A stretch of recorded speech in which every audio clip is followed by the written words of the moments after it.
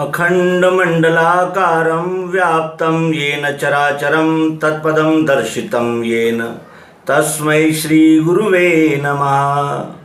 अज्ञानान्दस्य लोकस्य ज्ञानाञ्जनशलाकया चक्षुरुन्मीलितं येन तस्मै श्रीगुरुवे नमः। श्री सद्गुरु को अपने हृदय और मन, बुद्धि, चित्त और अहंकार, इस अंतःकरण और इस संपूर्ण अहंकार जो जीवात्मा है, इसके संपूर्ण समर्पण के साथ दंडवत प्रणाम करके आइए अध्यात्म विज्ञान के द्वारा इस शरीर की रचना कैसे हुई है, ये शरीर कैसे बना है, इसके विषय में हम जानकारी ले रहे हैं। अध्यात्म विज्ञान ये एक प्रकार से गंगोत्री है, ये एक प्रकार से एक स्रोत है जहाँ से सभी शास्त्रों का और विशेषकर आयुर्वेद का उगम हुआ है। आयुर्वेद चिकित्सा ये अध्यात्म विज्ञान ने दी हुई इस भौतिक यानी जगत को एक अनोखी देन मानी जानी चाहिए, क्योंकि आयुर्वेद ने ये सिद्ध कर दिया है कि ये शरीर कैसे बना, शरीर कैसे कार्य करता है, शरीर एक दूसरे अवयव पर कैसे अवलंबित होता है, और एक इंद्रियों को जो व्याधि होती है उससे दूसरे इंद्रियों का जो यानी जिसे कहा जाएगा कि संबंध है वो क्या है, ये आयुर्वेद बताता है। लेकिन आयुर्वेद को ये ज्ञान देने वाला अध्यात्म विज्ञान है, क्योंकि अध्यात्म विज्ञान ही बताता है कि पंच महाभूतों से पंच तत्व बने हैं, और पंच तत्व ये पंच ज्ञानेंद्रियाँ, पंच कर्मेंद्रियाँ, पंच प्राण और मन, बुद्धि, चित्त और अहंकार, इन सबका समुच्चय स्वरूप ये शरीर है। और इस शरीर में निर्माण होने वाले प्रत्येक घटक, प्रत्येक विभाग और प्रत्येक हलचल का केंद्र बिंदु जो है वो अध्यात्म शास्त्र ही है। और अध्यात्म शास्त्र को जानने से ही हमें ये ज्ञात होता है कि ये पिंड बना कैसे है, और पिंड को जानने के बाद ये सिद्ध होता है कि ये पिंड ही इस ब्रह्मांड का एक अंश है। पिंड और ब्रह्मांड ये अलग नहीं है। ब्रह्मांड जैसे एक संपूर्ण वस्तु, जैसे उदाहरण के लिए हम देखेंगे कि ये मिश्री का ढेला है, इसके एक कण से भी इसकी मिठास अलग नहीं हो सकती, और इसके एक कण में भी वही है जो इस संपूर्ण ढेले में है। ये जानकारी हमें किससे मिलती है? जब हम इसके ये विश्व में जितनी भी शक्कर होगी उस शक्कर में का ही ये ढेला एक अंश है, और इस अंश को जानने पर संपूर्ण विश्व में उपस्थित शक्कर को जाना जा सकता है। उसी तरह जब हम एक पिंड को जान लेते हैं तो संपूर्ण ब्रह्मांड को जाना जा सकता है। जैसे कोई महिला जब हांडी में चावल पकाती है और वो चावल पका या नहीं पका ये जानने के लिए क्या वो संपूर्ण हांडी के चावल को जांच करती है? नहीं। तो वो एक कण, एक चावल का दाना जांचती है कि ये पक गया है या नहीं पक गया है। अगर एक दाना पक गया है तो वो जान लेती है कि हांडी में उपस्थित सभी चावल के दाने पक चुके हैं। उसी तरह इस पिंड में क्या है ये जानते ही हमें इस विश्व का यानी इस ब्रह्मांड में उपस्थित प्रत्येक तत्व का ज्ञान हो जाता है। और ये ज्ञान होते ही फिर ये पिंड और ब्रह्मांड अलग नहीं है, ये जानकर ये विश्वरूप परमात्मा ही है जो अनंत रूपों में, रंगों में, आकारों में, प्रकारों में लीला कर रहा है, इसका हमें बोध हो जाता है। और ये बोध प्राप्त होते ही मैं तू ये द्वैत भावना का हमारा संबंध समाप्त हो जाता है, और हम अनन्य भाव से इस विश्वरूप परमात्मा की सेवा में लग जाते हैं। यही अध्यात्म विज्ञान है। अध्यात्म कहते हैं जो यानी इस विश्व के अंदर है, और विज्ञान यानी उसको प्रायोगिक पद्धति से जान लेना। ये विश्व और इस विश्व के अंदर जो है, जैसे हम यही उदाहरण देखेंगे कि ये बाहर जो है वो इसका सफ़ेद भाग जो है, सफ़ेद जो रूप है इसका, ये उस आकार से अलग नहीं है, और इसके भीतर भरी हुई मिठास वो भी इस डल्ले से आकार में अलग नहीं है। तो आकार और निराकार मिठास ये दोनों का लय इस वस्तु में हो जाता है। उसी तरह ये पिंड और ब्रह्मांड, इसकी एकात्मता विश्व कहते ही हो जाती है। प्रस्तुत एपिसोड में हम जड़ शक्ति से उत्पन्न होने वाले पदार्थ कौन से हैं, कैसे बने और किन तत्वों के सम्मिलन से कौन सा पदार्थ तैयार होता है, इसके विषय में जानकारी प्राप्त करने वाले हैं। तो देखें, सूक्ष्म तत्व, स्थूल तत्व, यानी वही सूक्ष्म है और वही स्थूल है। जैसे स्थूल पृथ्वी जो हमें नज़र आती है वो स्थूल है, ठोस है, लेकिन वही पृथ्वी हमारे ज्ञानेंद्रिय नाक को प्रकाशित करके गंध का अनुभव कराती है। तो पृथ्वी स्थूल है और सूक्ष्म पृथ्वी क्या है? गंध है, जो नाक द्वारा हमें अनुभव देती है। स्थूल आकाश जो है, अवकाश, ये संपूर्ण अवकाश, स्पेस दिख रहा है, लेकिन ये स्थूल है। लेकिन सूक्ष्म क्या है? जो कान से हमें शब्द का अनुभव मिलता है, वो सूक्ष्म आकाश का कार्य है।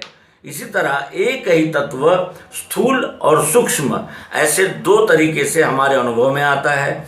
तो स्थूल और सूक्ष्म इनके विभाग हैं, और इन विभागों से बनने वाले पदार्थों का अब हम ज्ञान प्राप्त करेंगे अध्यात्म विज्ञान से।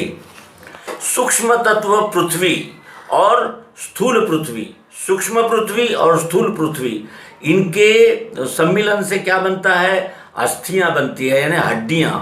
हमारे शरीर में हड्डियां है, मांस है, त्वचा है, नाड़ी है और रोम यानी बाल है। हमारे शरीर में द्रवरूप शुक्र है, शुक्र यानी वीर्य है, शोणित यानी रक्त है, लार है, मूत्र है और स्वेद यानी पसीना है। हमारे शरीर में क्रियाएं भी होती है। तो कौन सी क्रियाएं हैं? भूख लगना यानी क्षुधा, प्यास लगना यानी तृषा, आलस्य यानी आलस आना, और निद्रा और मैथुन जो रति क्रिया कहलाती है। उसके बाद हमारे शरीर में ये 5 क्रियाएं भी होती है साथ ही। चलन यानी चलना फिरना, वलन यानी मुड़ना, प्रसरण यानी आकुंचन यानी फैलना, आकुंचन यानी संकोचन होना, और निरोधन यानी रोकना, ये भी क्रियाएं होती है। उसी तरह हमारे शरीर में काम यानी इच्छाएं पैदा होना, क्रोध यानी क्रोध का निर्माण होना, लोभ यानी आसक्ति तृष्णा लोभ निर्माण होना, मोह यानी किसी भी विषय को जो हमारी है ऐसा हम मानते हैं उसके वियोग में दुख निर्माण होना यानी मोह होना, और भय यानी डर लगना, मृत्यु का डर, किसी के आक्रमण का डर, धूप का डर, दुख का डर, ऐसे अनेक प्रकार के डर यानी भय।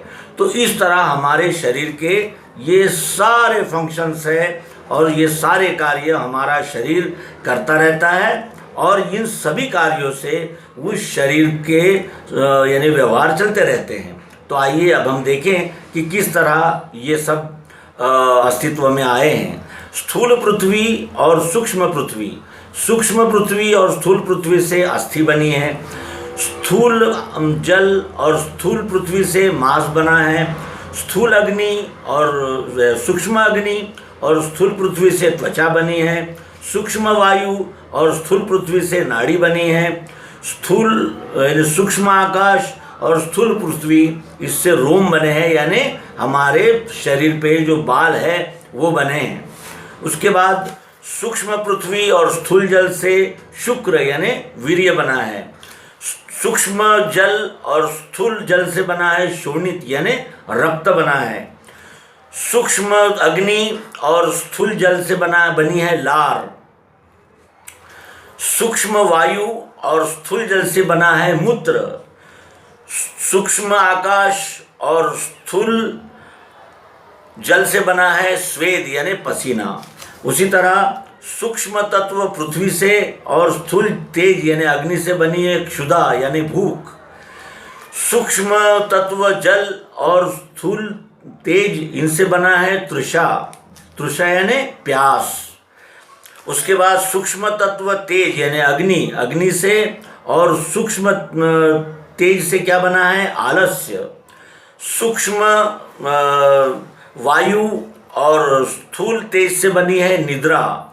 उसके बाद सूक्ष्म आकाश और स्थूल अग्नि से बनता है क्रिया हमारे शरीर में मैथुन। उसके बाद सूक्ष्म पृथ्वी और स्थूल वायु से हमारा चलन होता है, जो हम चलते फिरते हैं। सूक्ष्म तत्व जल और स्थूल वायु से बनता है वलन यानी मुड़ना, यह हाथों का मुड़ना, पाँव का मुड़ना, गर्दन का मुड़ना, ऐसा मुड़ने का जो कार्य होता है वो सूक्ष्म जल और स्थूल वायु से। सूक्ष्म अग्नि और स्थूल वायु से होता है प्रसरण यानी फैलना, इससे से हाथों का फैलना, अतड़ियों का फैलना, और हमारा यानी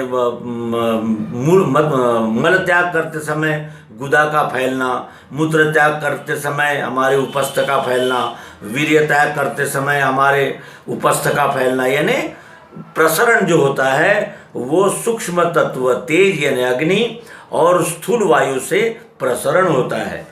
सूक्ष्म तत्व वायु और स्थूल वायु से आकुंचन होता है यानी संकोचन होना, जैसे जमा होना। जैसे हमारा जो अतड़ियाँ है वो जब क्षुधा लगती है तो ये जमा हो जाती है, और जब हम उसमें अन्न डाल देते हैं तो फैल जाती है। उस तरह आकुंचन होना ये सूक्ष्म तत्व वायु और स्थूल वायु का कार्य है, आकुंचन होना।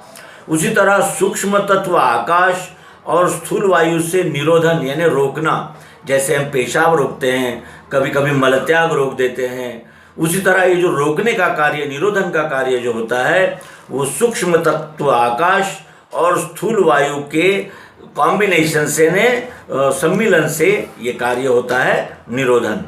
उसके बाद सूक्ष्म तत्व पृथ्वी और स्थूल आकाश से काम निर्माण होता है यानी कामना, इच्छाएं निर्माण होना, ये सूक्ष्म तत्व पृथ्वी और स्थूल आकाश से निर्माण होने वाली क्रिया है काम। उसके बाद सूक्ष्म तत्व जल और स्थूल आकाश से क्रोध निर्माण होता है। उसके बाद सूक्ष्म तत्व तेज यानी अग्नि और स्थूल आकाश से लोभ निर्माण होता है। सूक्ष्म तत्व वायु और स्थूल आकाश से मोह निर्माण होता है, और सूक्ष्म तत्व आकाश और स्थूल आकाश से भय निर्माण होता है। अनंत ब्रह्मांड के अंतर्गत जितने भी अखिल विश्व में जितने भी जीव है उन सब में यही क्रियाएं इन्हीं तत्वों के कॉम्बिनेशन से होती है, चाहे वो उद्बीज हो, स्वेदज हो, अंडज हो, जारज हो, चारों खानियों में, सभी योनियों में ऐसी ही क्रिया होती है। हमने देखा कि हमारे शरीर में ठोस रूप से जो है वो स्थूल पृथ्वी से बनी है, जो यानी द्रवत्व रूप में है वो स्थूल जल से बना है, जो यानी वायु रूप जो है वो स्थूल वायु से बना है, और जो हमारे क्षुधा, तृषा, आलस्य, निद्रा और मैथुन है ये स्थूल अग्नि से बने हुए हैं, और स्थूल आकाश से काम, क्रोध, लोभ, मोह और भय निर्माण हुए हैं। तो मित्रों, इस तरह हमने संपूर्ण शरीर का विश्लेषण अध्यात्म विज्ञान के द्वारा किया, और अध्यात्म विज्ञान के द्वारा ही इस तरह इस शरीर के निर्माण को जानकर हम पिंड और ब्रह्मांड की एकात्मता सिद्ध करते हैं, और पिंड और ब्रह्मांड की एकात्मता सिद्ध होते ही फिर ये बोध हो जाता है कि जो यहाँ है, जो ब्रह्मांड में है वही पिंड में है, और पिंड और ब्रह्मांड दो अलग अलग चीज़ें नहीं हैं। उसी ब्रह्मांड से ये पिंड निर्माण होता है, संकुचित, और जिसे कहा जाएगा कि व्यष्टि अहंकार का निर्माण, और अंत में व्यष्टि अहंकार समष्टि अहंकार में ही यानी लय को प्राप्त करना, यही अध्यात्म विज्ञान का अंतिम ध्येय है। और इस ध्येय को प्राप्त करने में ये जड़ शक्ति यानी पंचीकरण से उत्पन्न होने वाले पदार्थों के विषय में विस्तार से जान लेने से अब ये भ्रम नष्ट हो जाता है कि पिंड अलग है और ब्रह्मांड अलग है। ये द्वैत भावना का निरसन करने में अध्यात्म विज्ञान हमारी सहायता करता है। तो इस तरह हमने जड़ शक्ति यानी पंचीकरण से उत्पन्न होने वाले पदार्थों के विषय में इस एपिसोड में जाना, और इसी तरह हम आगे भी जड़ शक्ति क्या है, जड़ शक्ति से 3 प्रकार के देह कौन से हैं, वो देह कैसे कार्य करते हैं, इसके विषय में सूक्ष्म अभ्यास करेंगे। आपसे भी अनुरोध है कि इस एपिसोड की शुरुआत में जो हम नक्शे देते हैं उन नक्शों का आप सूक्ष्म अध्ययन करें और अवलोकन करें, और जो कुछ भी शंकाएं प्रश्न हो वो कमेंट बॉक्स में नमूद करके हमारा सहयोग करें। ये कहते हुए इस एपिसोड को विराम देंगे। नर्मदे हर, सद्गुरु भगवान की जय, विश्वरूप परमात्मा की जय।